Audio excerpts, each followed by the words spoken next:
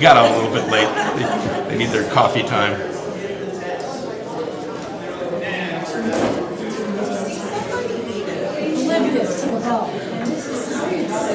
I'll have to see. Maybe they didn't ring the bell yet. They did ring it? Nobody's moving. The other problem is they ran out of, they're waiting for coffee to be set out because the one went dry, I think.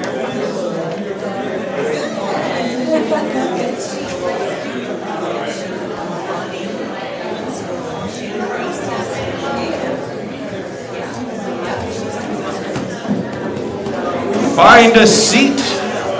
Getting ready to get going here.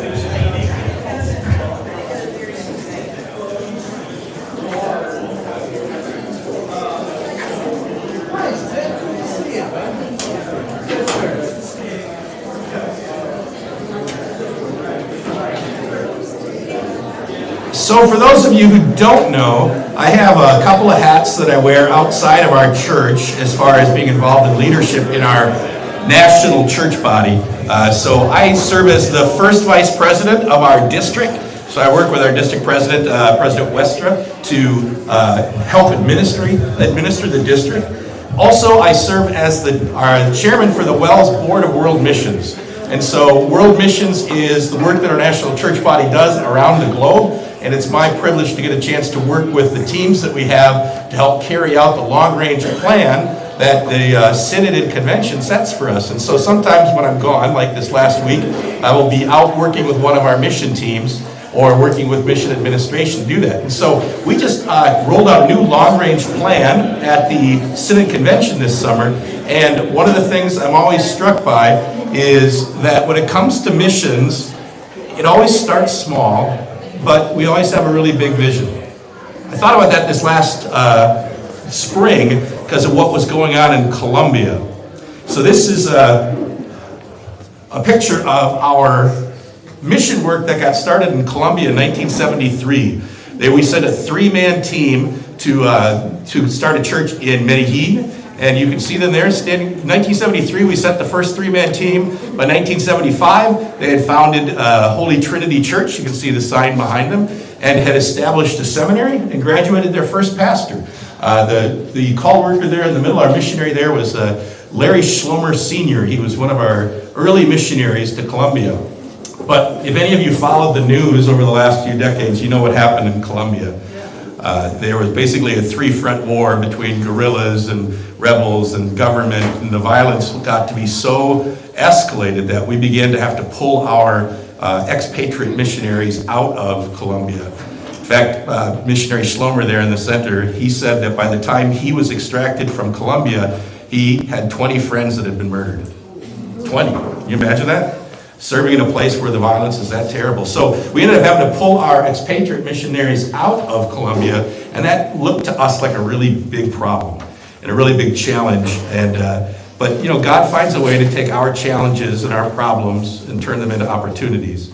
And so what happened when our missionaries got pulled out is that the Colombian church realized they needed to raise up their own leaders and train their own pastors and do the work of evangelism in Colombia.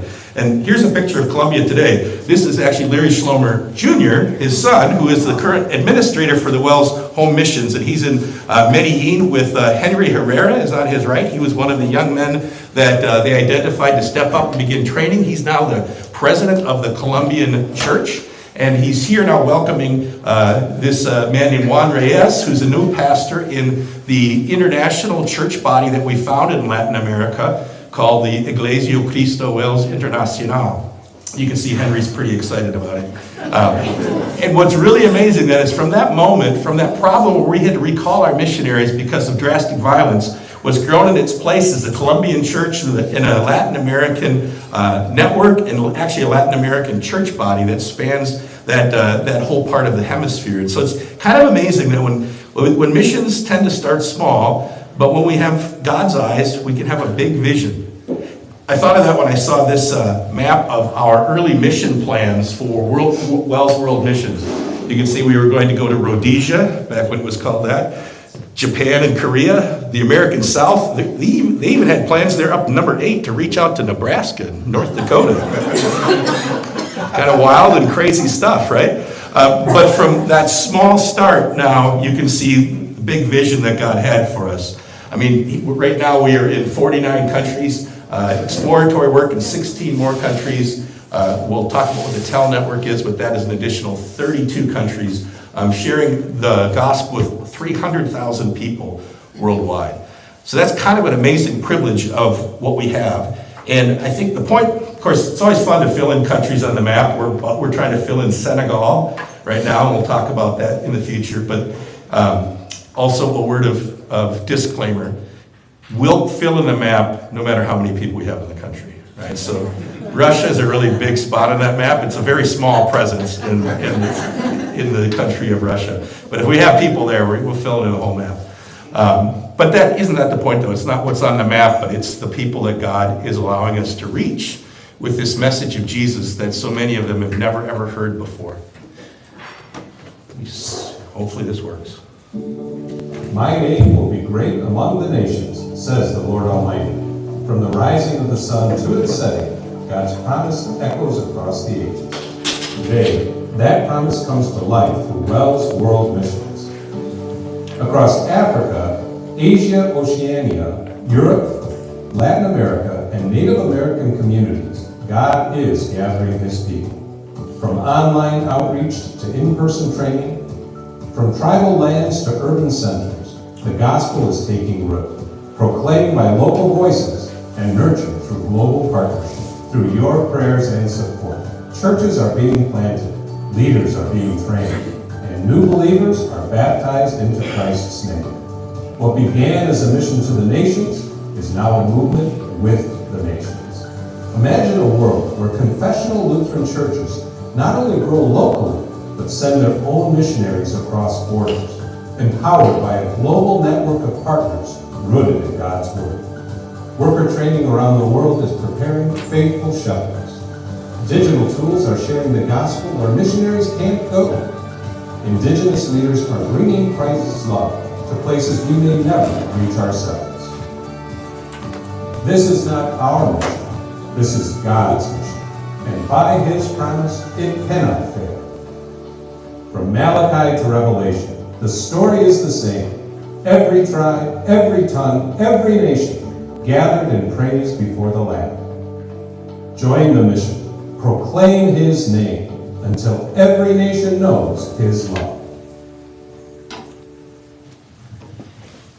So at our synod convention this past summer, we adopted a long-range plan for the work of the whole church, but the area of world missions in particular has 5 forward-reaching or forward-looking goals that we in Home Missions were trying to forge a borderless support network, equip a global missionary force, establish confessional Lutheran seminaries, expand multi-language mission efforts, and pioneer missions in high-risk and unreached areas.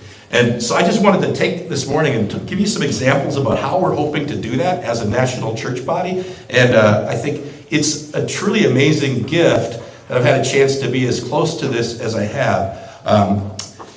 Because I think a lot of people in our church body don't understand the magnitude of what's happening. If you take a look on the left-hand side, you can see WELS has about 330,000 members and about 1,200 pastors. And in world missions, the rest of the world, we have 300,000 members and over 500 pastors. We within probably, I think, 3 years will be larger outside of the U.S. than inside of the U.S. I don't think people know that 2 years ago, our worldwide seminaries, where our seminary in Mequon graduated 28 pastors, our worldwide seminaries graduated over 100. It's that level of a blessing that I think a lot of times we just aren't aware of. But we have a goal in world missions and in the WELS in general to have a million members under gospel influence within 10 years. And so that is, when I first started in world missions, I thought that might be kind of a wild and hairy sort of goal. I don't think so anymore. So to think about that our work is going to be bigger outside of the wells than inside of it. And this is a real comfort too when people say things like, I did in the sermon this morning, that we're living in an increasingly post-Christian culture, that fewer and fewer people in America want to hear the gospel. That's not true everywhere. There's lots of places where the gospel is bearing fruit in amazing ways. We just have to go, right? We just have to go. Yeah, so the big issue is to take what we have and take the message of this gospel and share it with the people who desperately need to hear it that haven't had a chance to hear it yet. And so that's the idea of to take this small vision or this small start and work a big vision and fill in all these folks on the maps. So again, right now we have 49 countries that we're working with and prospective mission fields in another 16. We have 47 expatriate missionaries, over 500 national pastors, and another 400 students that are in theological training to become evangelists or pastors. And so it's a very large group. It's the work that we do is spread across teams, and so we've got a team that deals with Latin America, a team that deals with Africa, a team that deals with Europe, a team that deals with Asia, Oceania, so that includes Australia, and then a team that we have that works on the Indian reservations here domestically. But because they're they're sovereign nations, they go to world missions. That's us. So, want to have a chance to talk a little bit about what this means we want to forge a borderless support network. The idea of having a group of congregations, churches, and workers that aren't separated by flag or border. And I think one of the best descriptions of this just kind of happened to me 2 years ago. I was in Leipzig at a meeting of our sister church, the Evangelische Lutherische Freikirche, and I met their president, Michael Herbst. And we had an acquaintanceship, and then 2 years later I was with him in Grimma, Germany, and I met his son Lucas. And then Lucas, after that meeting, he married this nice young lady, and they moved, of all places, to India. And so he was in Bangalore, India. And then about a year and a half later, I got a WhatsApp message from President Herbst, and he said that Lucas and his wife had had a baby, and they were hoping maybe did we have a partner anywhere in the area that could come and baptize the baby. So I called our missionary to Vietnam, Joel Nitz, who's also our champion for India, who happened to be living in Seattle. This goes around the globe a few times. And I said about our sister church that we have in Guntur, India, I said, do we have any contacts near Bangalore? And again, our Indian church is centered in Guntur. Short answer is no, we don't have anybody anywhere close. I mean, Guntur to Bangalore in India is like a 10.5-hour train ride. We don't have anywhere near. And so, but then the next I heard, Pastor Ashok was on a 10.5-hour train ride, showed up in Bangalore, and baptized the grandson of the president of the Evangelical Lutheran Churches. You think about where that gospel, how many borders that gospel request crossed on its way to God welcoming another child into his kingdom by means of water and the word. And so this is kind of what we want to build in World Missions, a borderless support network. And some of the ways that we do that are through some programs, one of which is a really exciting one called Academia Christo. Some of you were here when Pastor Michael Hartman presented on Academia Christo. I sometimes hear people around the synod, they hear about it, they know it has something to do with outreach and the internet. And I always tell everybody, if you've heard about Academia Christo and think it's doing outreach on the internet, you haven't understood at all what it is. What Academia Christo is really this really cool program to identify, recruit, train, and empower small church or group and flesh worshiping groups.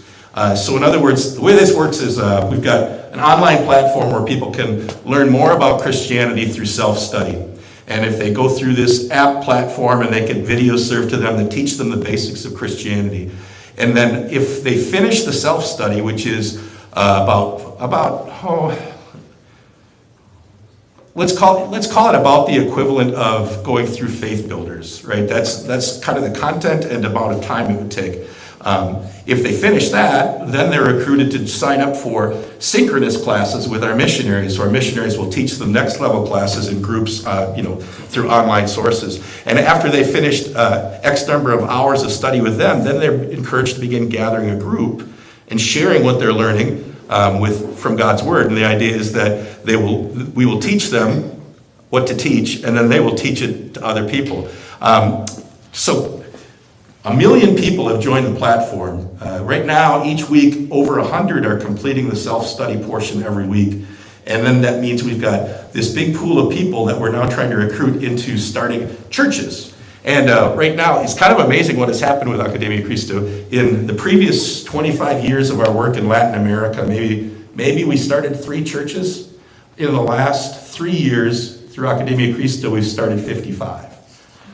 Now, a lot of them are small, sure, but they're also in places that we just would never, ever go. Like last week, I was in Ecatepec. Ecatepec is a city in Mexico. It is, at one point, was called the most dangerous city in Mexico, which makes it one of the most dangerous places in the world.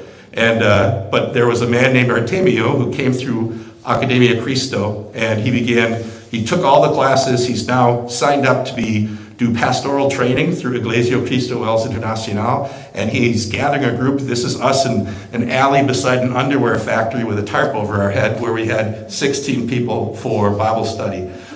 This is a place we never would have sent a world missionary to, but it's a place that God has now raised up a congregation there. The other place I didn't get to go to this time because I didn't have a trusted local with me would have been out in Tenancingo. Tenancingo is the sex trafficking capital of the world. Again, a place where Satan has his throne, but yet I was out there 2 years ago, and the man Juan Reyes, the guy who was getting the hug and the thumbs up on the first slide, his group had almost 70 people gathered together in his front yard as we worshiped together. Now Juan, again, has finished all of Academia Cristo, is in studies to become a pastor in the Iglesia Cristo Wells Internacional, and his congregation was just accepted into membership in that synod, and that's what that celebration was at the beginning. And again, a place that we would never ever go, but here's a tool that is allowing us to do this. And these churches now are popping up all over Latin America, from Tenancingo to Buenos Aires, and it's a really neat opportunity. So, by the way, any questions, Caleb? I think I remember asking this 2 years ago when, was it Michael? Yes. Okay.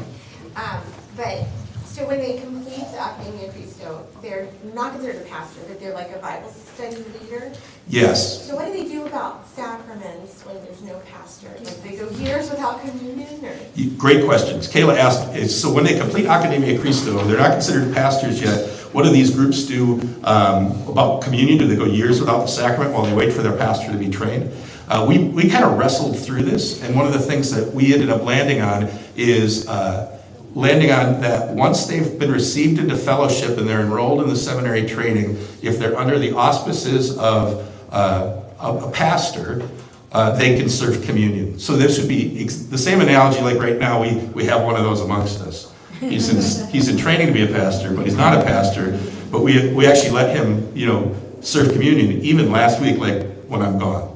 Right, so it's kind of like vicars, but we don't want to use the term vicar because that implies something to our whole national church body that these guys aren't. We're not going to use the word pastor because that also would imply something that they're not. So actually, we call them sembradores. They're planters, and they are pastoral students. And so, like Juan Reyes' church right now, they'll celebrate communion under the auspices of our missionaries that are their mentors. It's a great question. Yeah, please. Go ahead, sir. I couldn't hear during the intro. What is your role in So I'm the chairman of the board for World Missions. So we have all these mission teams are administered by a board of 5 people, and I'm the chairman of that board. So my responsibility is to really make sure that what the Synod has told us to do in convention, we're doing around the world. And then I help provide accountability for those teams, work with those teams to help administer the whole program. And so that is what you guys should know. That's a lot of work, but the Synod recognizes that too. So, for example, since I took on this position, the Synod pays for all of our vicar costs. So we are provided a vicar so that I can be freed up to do things like go to Ecatepec. So they recognize that it's a lot of work, and they are helping us, not just helping us out. That's just standard procedure. If I get hit by a bus, the next chairman for the board for World Missions would get a vicar. Maybe not ours, but please. Who decides where a pastor would go to do mission work?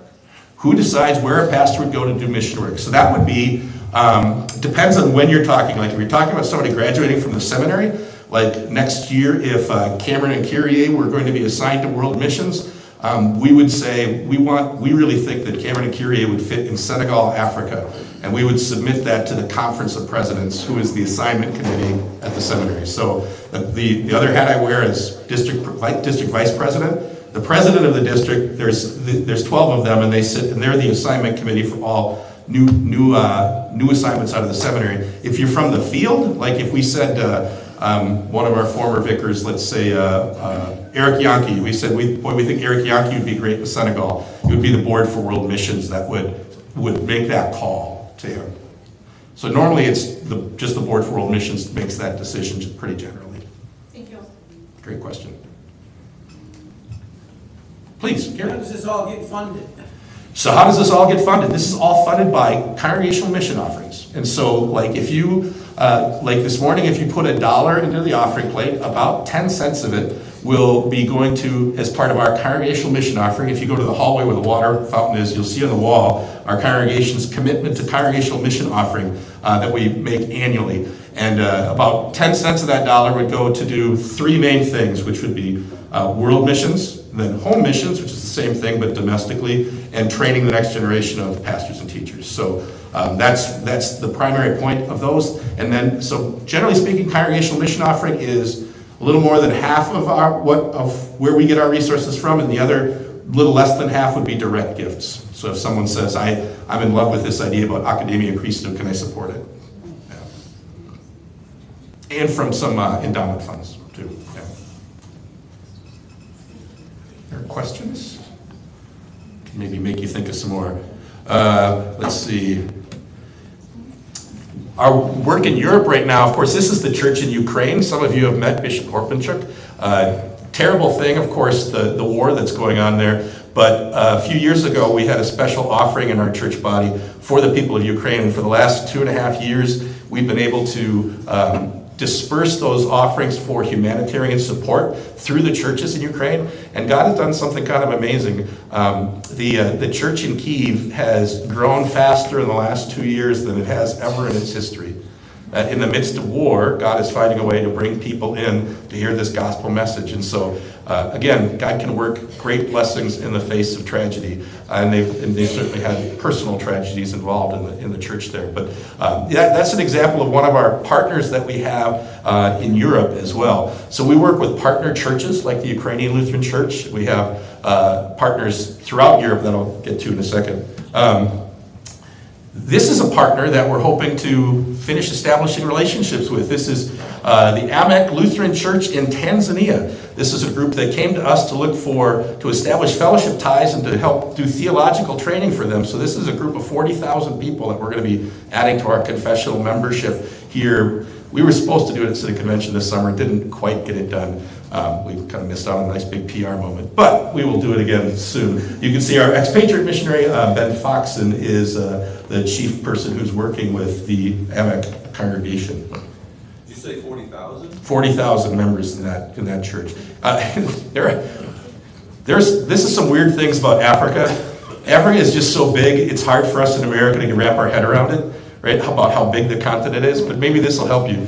You know the island of Madagascar, just the island off the coast? It has more Lutherans in it than America. More Lutherans than America. There's a lot of people in Africa, and Africa is going to be the center of gravity for the Holy Christian Church on earth probably within 2 decades. Yeah, absolutely, yeah. Please. So, 40,000 people, where are they just spread out all over? All over Tanzania. This would just be Tanzania. That's So, just Tanzania? yeah, and just one group in Tanzania. Or Tanzania, sometimes they say it that way too, and I said, have I been saying it wrong my whole life? Pardon me? Where do they meet? They have different? They have churches like this one here. All over, yeah. Yep, all over. Yep, in their villages. Aaron. There's also more Lutherans in India than there are in America. Turns out the world's a big place. Yeah, it's kind of crazy. Yeah, Africa and India especially. Yeah. In fact, our work in Africa is exploring groups with 10 more groups throughout the continent. You've got people in Cameroon, in the Democratic Republic of Congo, also meeting actually in Sudan, where we're working with a Arabic-speaking Lutheran group, which would be the first time that we've worked with an Arabic-speaking Lutheran group. But it's really kind of amazing the opportunities that are happening there in Africa. Please, Brian. Are those churches reaching out to us more, or are we seeking them out and talking to them about fellowship? A little bit of both. So we have a function in Africa called our outreach function, which is meant to establish those ties, but also a lot of these, like Amet would have reached out to us. We also are getting a lot of contacts from our work in refugee camps in Gambela too. Stuart. The domestic missions, is it structured the same? Domestic missions is structured a little bit differently. So we have district mission boards. So our church body is divided up in the states into what we call districts. And so like we're in the South Atlantic District. And so the South Atlantic District is basically south of the Mason-Dixon and east of the Mississippi. And our district mission board is charged with planting new churches in this district. And each of the districts around the synod have similar mission boards. And of course, we are probably trying to plant about 10 domestic missions per year, kind of like what happened here at Faith, which was back in 1999. They said, we want to plant a church in Coweta County, Georgia, and then you go down there and do what's called exploratory to see if the Holy Spirit's got in mind to grow a congregation here. And then we became a mission congregation of Wells in 2001. So that was how we got founded. And the idea with mission churches here is they're usually on a declining subsidy. So like we were given funding for the first 5 years, and then it reduced each year. The idea there is so that your pastor doesn't have to be bivocational, but that he could spend all of his time pastoring the group, doing outreach, that sort of stuff. Diane. Is it Nigeria that is suffering the persecution? Does any of that? Nigeria is absolutely suffering persecution of Christians, and we've had to suspend a bunch of our work there. We used to teach in Nigeria. There's some places where we're not able to do work because of the violence that's happening. It really comes down to some of our, this is really technical, this is from the Board for World Missions thing, but like when we have our world missionaries out there, you have to plan for things like if somebody grabs them, right? And so we have kidnap and ransom insurance and things like that, and we contract with people that's supposed to be able to go get you. But there's also a point at which those risk assessors will say the only way that you can go to this place is if you go with armed guards. And our missionaries have always felt that isn't always the best way to go. But it was interesting that they came to us and they said, missionaries have been dying for Jesus for 2,000 years. Just let us go. And we did. Then we went ahead and self-insured so we could get them ransomed out if we needed to. So sometimes we have to. And I've also found out that missionaries have a different tolerance for risk than a lot of people. They'll say about Ecatepec, oh, it's just like living in a city in America. And I'm like, demonstrably, it's not. It's just not at all. But so that violence does come. Okay, you mentioned, like, for example, there's an Arabic-speaking Lutheran group you got involved with. This is probably a dumb question, but do they know they're Lutheran before we show up, or do they just happen to share the same theology? And you go, ooh. So this group actually knew that they're Lutheran. Yes. How does that happen? So the short answer is the colonization of Africa in the 1800s.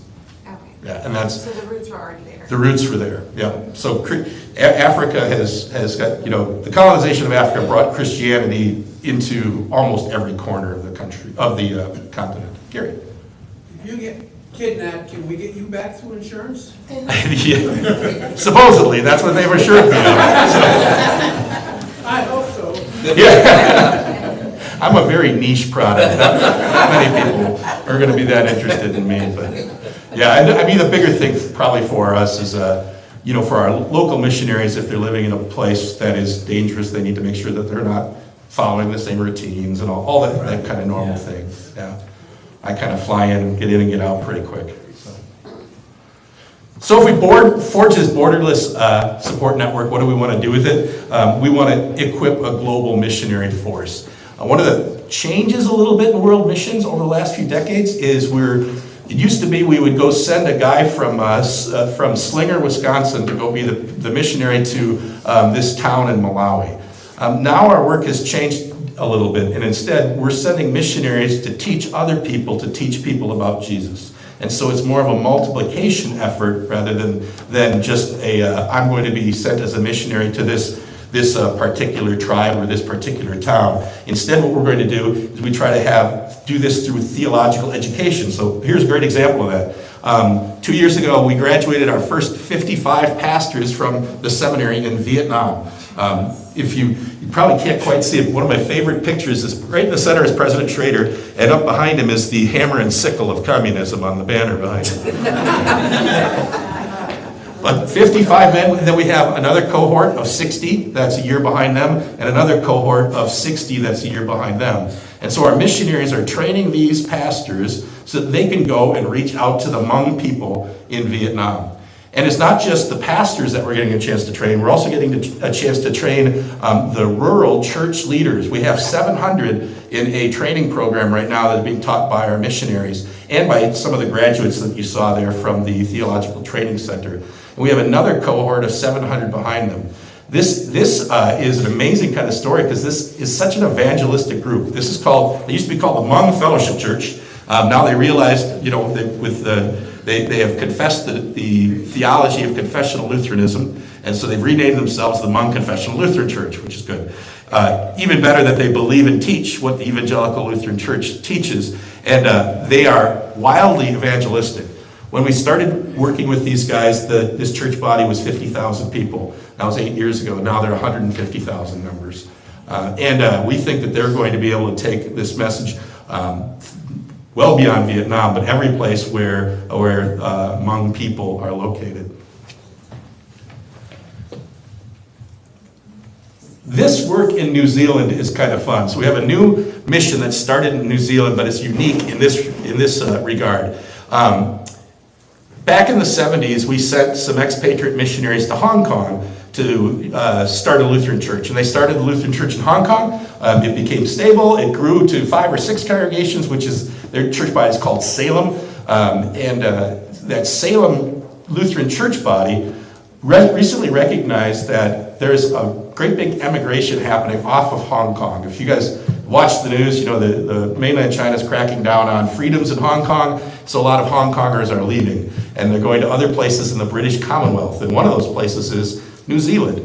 And so our church body in Hong Kong asked us if we would partner with them for 5 years to help support a pastor and a missionary to go to New Zealand to begin work among Mandarin speakers that will, including a bunch of the members of Salem Church. So this is a great example of us starting a church body, and that church body now doing world missions and us partnering along with them. On the right-hand side are Matt and Chris Dobler. They were our missionaries in China and in Hong Kong, and now they've relocated to Oceania. They're actually living in Brisbane, Australia. And of course, they are working with the Mandarin-speaking folks that are showing up and helping our church in Salem. So kind of exciting. The idea being that it's not just the places that we start or that we serve, but what God does with them and leads them to hopefully start more and more places. And so one of the other thing we want to do is we want to establish confessional Lutheran seminaries. So we've got a seminary called Asia Lutheran Seminary, where we have 83 students enrolled in that one right now. We also use Asia Lutheran Seminary to do regional training throughout Asia and Oceania, like in places like Nepal. I mean, it's kind of amazing to think like this. The country of Nepal is 0.01% Christian. Less than 1% Christian. But we have 8,000 confessional brothers and sisters that are living in the foothills of the Himalayas right now. Just kind of just a cool thing to think about. And we have a chance to help continue to train them and the people that are going to be teaching them. The same is true here in the refugee camps of Gambela. The man on the left is Pastor Lam. Pastor Lam was born in the refugee camp, came to faith, and then eventually became instructed as a confessional Lutheran pastor, and now is teaching new confessional Lutheran pastors in that same Gambela refugee camp. It's kind of an amazing thing the way God makes it work. We also have started a seminary in Latin America for that Iglesia Cristo Wells Internacional. This man is Isidros on the left. He actually came through Academia Cristo, is currently leading 3 different groups right now, and is enrolled at studying to be a pastor in our Iglesia Cristo Wells Internacional. The man on the right is Nixon Vivar. He's one of our expatriate missionaries. As I was getting this ready, I got the news that Isidro's son was killed in a car accident. Yeah. But, again, God finds ways to give blessing even through tragedy. By the time I heard that, I found out that another Academia Cristo leader that lived 70 miles away was already at their house, bringing them the comfort of the gospel. And 2 days later, Nixon Vivar was there to do the funeral for his son in Ecuador. So, it's just an amazing thing to see God's people serve each other with God's word, even in the face of tragedy. This is our group that's in Europe right now. The guy in the way back is Luke Wolfgram. He served for 25 years in Siberia, which sounds like a prison sentence, but he really liked it. Yeah, 25 years in Siberia. He only left because when hostilities broke out with Russia and Ukraine, we had to recall him. And so we relocated him to Leipzig, Germany, where he's working with the man on the way right, with Holger Weiss, where we have our seminary in Germany. And Luke is working on English language courses for Europe. Why English? Because English is everybody's second language in Europe. And so this is a chance to train up theological leaders at our sister church bodies in Europe, all of which are really small, because they're all kind of remnants of what's left after a society has gone completely post-Christian. And if you've been to Europe, they have beautiful churches that are empty and just kind of museum pieces, right? But there are these faithful remnants that are out there that still say, and some of them, like this church body, the German ELFK church, they had to survive behind the wall. They had to survive in an atheistic, communistic society for how many years was that? From 1945 until nearly 1990, right? It's amazing what that's done to that society, but that's a church body that is clinging to the pure word of God, and it's just a wonderful thing to work with them. So really neat to see. Expanding our multi-language thing, so you might be thinking, that Academia Cristo sounds pretty good. Do you do it in any languages other than Spanish? The answer is yes. It's called TEL. That's done mostly through English, which is, again, hugely popular in Africa right now. We also have just ported this into Mandarin and Tagalog. Tagalog for the Philippines and Mandarin for not just China, but Asia, Oceania. And I think right now our TEL program has 1,270 students in it. We just opened up Mandarin just a minute ago, and we have over 200 students in there already. So our issue is we are not opportunity constrained. Our issue is we're just going to be manpower and resource constrained. There's no limit to the number of people who are ready to let us come talk to them about Jesus, which is really kind of neat. You can skip that one. Pioneer missions in high-risk and unreached areas. This is, again, one of our forward-looking goals. One of those goals is already being met, like this last week when we're doing work in Ecatepec. That is a high-risk area, and it would have been an unreached area. We also are looking to do a high-visibility one in a place called Senegal. Senegal is a country that is 0.01% Christian. It is 99.99% Islam, Muslim. But there is in their constitution really, really sharply defined religious freedom. So you can go there and work on learning how to communicate the gospel to a Muslim culture. And we have a unique opportunity there that our first 2 guys that we're going to send are actually going to get to live in the homes of members of the Wolof tribe, which is a tribe that makes up about 40% of the Senegalese population. So for 6 months, they're going to get to live in their home, speak their language, learn their culture, and then have a chance to take what they've learned and share it in a very unreached place for us. We started in Australia, expanded to we're trying to reach most of our work in the reservations has been on the Apache reservations. We're trying to expand that work to take the Native Christian network that we built in Apache land and expand that to the other tribes in America, which number in the hundreds. I'll get the number wrong, but it's hundreds of tribes in America that need to hear this same message. There's 500 recognized, and then there's a number of unrecognized. Yeah, Thank you, Aaron. Yeah, it's kind of amazing to think about.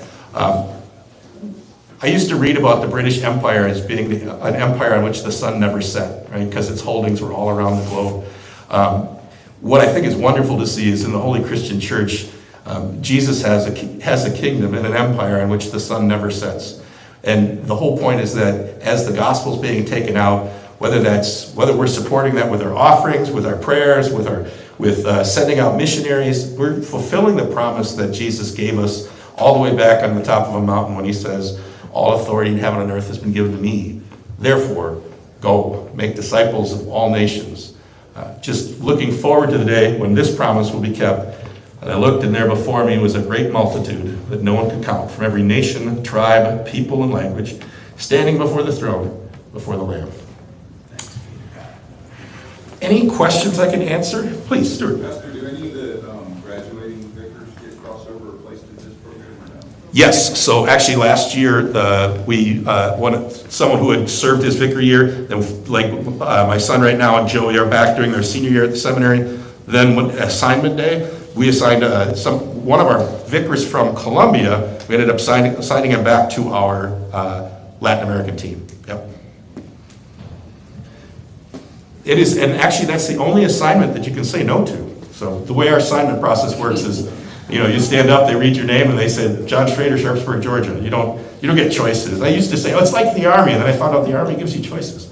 So, but the only one where you do get a choice is if we're going to assign you to world missions, the day before assignment day, you'll get pulled out, you'll get to find out what it is, why we think you're a good fit, go home, talk to your wife, talk to your family, and you got about, an hour or two. But you can say no to that one, but that's the only one. Thank you, guys. Thank you.